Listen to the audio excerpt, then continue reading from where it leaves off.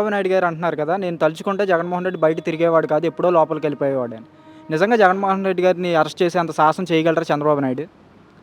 దమ్ముంటే ఒకసారి వేసి ట్రై చేయమని చెప్పండి.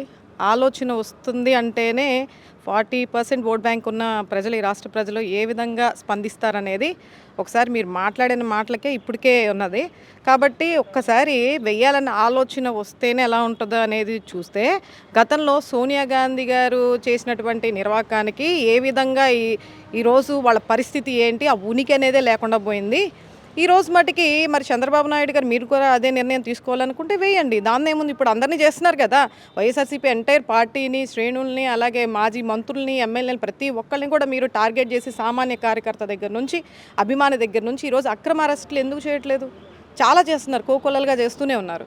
కాబట్టి జగన్మోహన్ రెడ్డి గారిని అరెస్ట్ చేయడం అంత ఈజీ కాదు. ఏదో గత చరిత్రలో చూసుకుంటే సోనియా గాంధీతో చేతులు కలిపి 16 నెలలు జైల్లో ఉంచారు. అది జరిగిపోయింది. దమ్ముంటే నిజంగా ఆధారాలు చూపించి రాష్ట్ర ప్రజలకి ఒక సంజాయిషి ఇచ్చి జగన్మోహన్ రెడ్డి గారు పలానా అన్యాయం చేశారు, అవినీతి చేశారని చూపించి దమ్ముంటే అరెస్ట్ చేయండి. మేము కూడా దానికోసం ఎదురు చూస్తున్నాం. కానీ జగన్మోహన్ రెడ్డి గారు పరామర్శలు చేస్తుంటే, జగన్మోహన్ రెడ్డి శవం ఎక్కడుందో చూసి మరీ వెతుక్కుంటూ వెళ్తున్నాడని చెప్పి కూడా కూటమి నాయకులు అంటున్నారు. ఏంటి?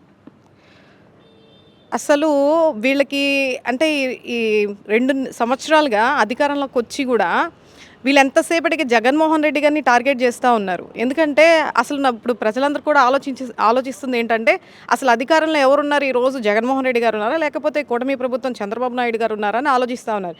ఎందుకంటే పొద్దున్న లేచిన దగ్గర నుంచి జగన్మోహన్ రెడ్డి గారు ఏం చేస్తున్నారు, ఎక్కడికి వెళ్తున్నారు, ఆయన ఏ పని ఏ కార్యక్రమాన్ని చేపట్టినా సరే దానికి ఏదో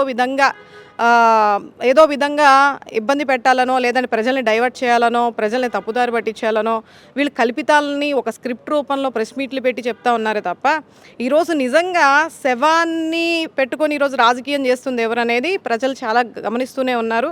ఎందుకంటే చాలా ఉదాహరణలే ఉన్నాయి. ఇది మటుకి ప్రతి ఒక్కరు కూడా అంగీకరించేది కాదు.